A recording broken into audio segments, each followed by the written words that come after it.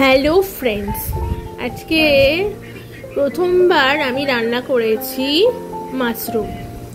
তো মাশরুমটা রান্না করেছি, কিন্তু খেতে হয়েছে কিন্তু একদম তোমার হোটেলের মতন টেস্টি। তার জন্য প্রথমে যেটা করেছি সেটা হচ্ছে তোমার প্যাকেট মাশরুম কিনে নিয়েছি। তারপরে কড়াইতে তেল দিয়ে কড়াই বসিয়েছি। মাশরুমগুলো ছোট ছোট টুকরো করে কেটে তার মধ্যে হলুদ, কাশ্মীরি লঙ্কার গুঁড়ো, নুন আর একটুখানি গরম মশলার গুঁড়ো দিয়ে ভালো করে তোমার ওটাকে মিক্স করেছি।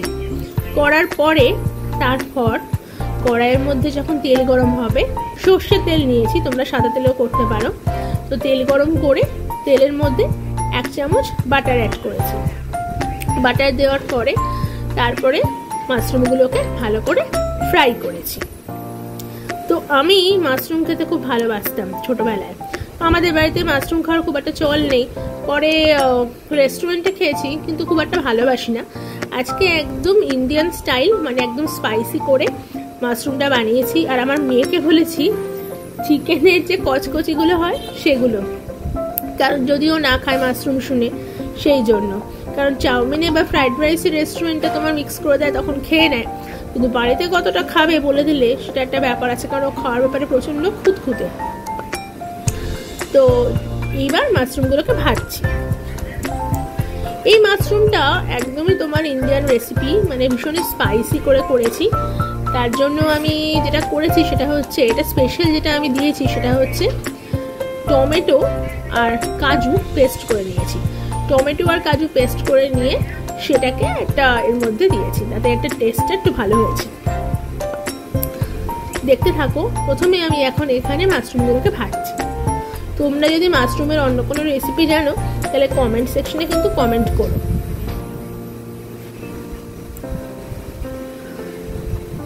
আমাদের যে আবাসনে আমরা থাকি তার নিচেই আমাদের বাজার বসে।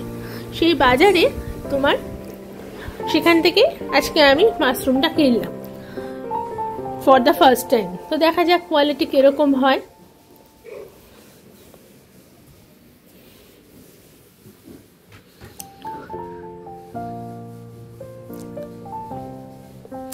শীতকালে কিন্তু বিভিন্ন ধরনের রান্নাবান্না করতে বেশ ভালোই লাগে। আর সত্যি কথা বলতে আমার বেশ সময় কেটে যায়।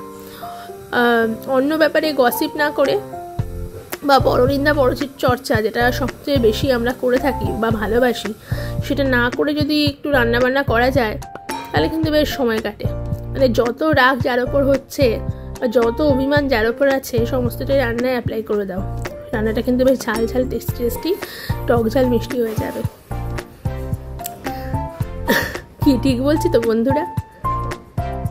তো দেখো, ওই কড়াইয়েতেই যে তেলটাতে আমি মাশরুমটা ভাজলাম, সেখানেই এবার ধীরে ধীরে ফোড়ন দিয়ে নেবো হচ্ছে গরম মশলা, গোটা গরম মশলা, 2টো এলাচ, দারচিনি, লবঙ্গ দিয়েছি। তারপর দিয়ে দেবো হচ্ছে এখানে গোটা জিরে আর তেজপাতা।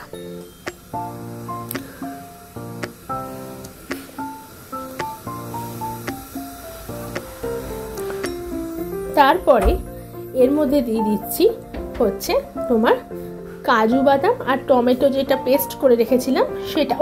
সরি, আমি এটা রান্নার সময়ও ভুল করেছি। সেটা হচ্ছে ফোড়ন দেওয়ার পরে তোমার আমি দিতে যাচ্ছিলাম পেস্টটা, আগে ওটা আমি একটু অন্যমনস্ক হয়ে গেছিলাম, এটা তোমরা ভুল করো না। এখানে কুচি করে রাখা রসুন, আদা দিলাম, তারপরে পেঁয়াজ।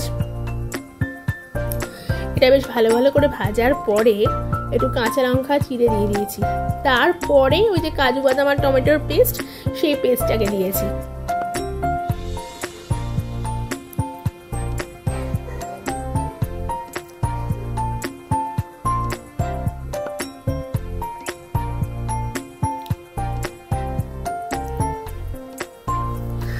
এইবার খুব ভালো করে মশলাগুলোকে কষাতে হবে। আমি একটু জল দিয়েছি, একটু জল না দিলে না মশলাটা নিচে লেগে যায়। তো ভালো করে মশলাটা কষিয়ে তারপর মাশরুমগুলো দেবো। তার আগে আবার 1 চামচ হলুদ আর একটু জিরের গুঁড়ো, কালারের জন্য একটু কাশ্মীরি লঙ্কার গুঁড়ো আর 1 চামচ ধনের গুঁড়ো, এগুলো আমি দিয়েছি।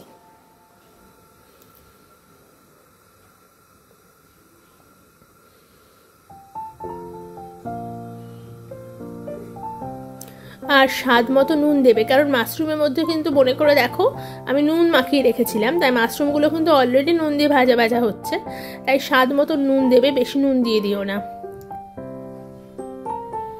তাহলে আমি দিলাম প্রথমে কাঁচা লঙ্কার পরে আদা রসুন কুচি, পেঁয়াজ কুচি, তারপরে দিলাম হচ্ছে পেস্টটা, হলুদ গুঁড়ো, জিরের গুঁড়ো, ধনের গুঁড়ো, আর কালারের জন্য কাশ্মীরি লঙ্কার গুঁড়ো, আর স্বাদ মতো নুন।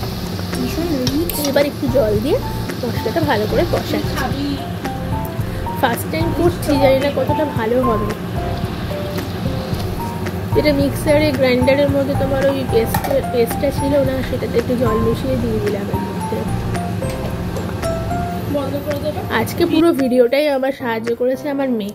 দেখো মশলাটা কি সুন্দর তেল ছেড়ে গেছে আর সুন্দর কালার হয়ে গেছে। এটাই গ্রেভিটা। এবার মাশরুমটা অ্যাড করে দিলাম, যে গ্রেভিটা হবে না সেটা এটাই।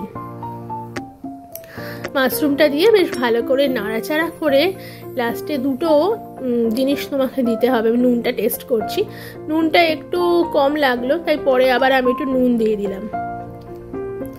অনেকে মাশরুমে কিন্তু ভেজ আইটেম হিসেবে মাশরুমটাকে খাওয়া হয়।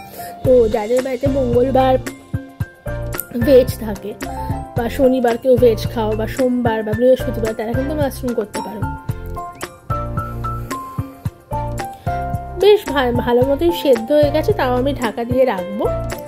লাস্টে একটু ধনেপাতা, একদম ফ্রেশলি চপড ধনেপাতা, সেটাকে দেওয়া হচ্ছে। আর একটুখানি শেষে কাসুরি মেথি ছিল, কাসুরি মেথিটাকে ক্রাশ করে এর মধ্যে মিশিয়ে দিয়েছি।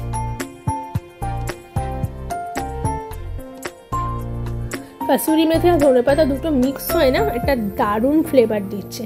তো আমার বাড়িতে তোমার ক্রিম ছিল না, তোমরা কেউ ক্রিম চাইলে একটু অল্প ফ্রেশ ক্রিমও অ্যাড করতে পারো।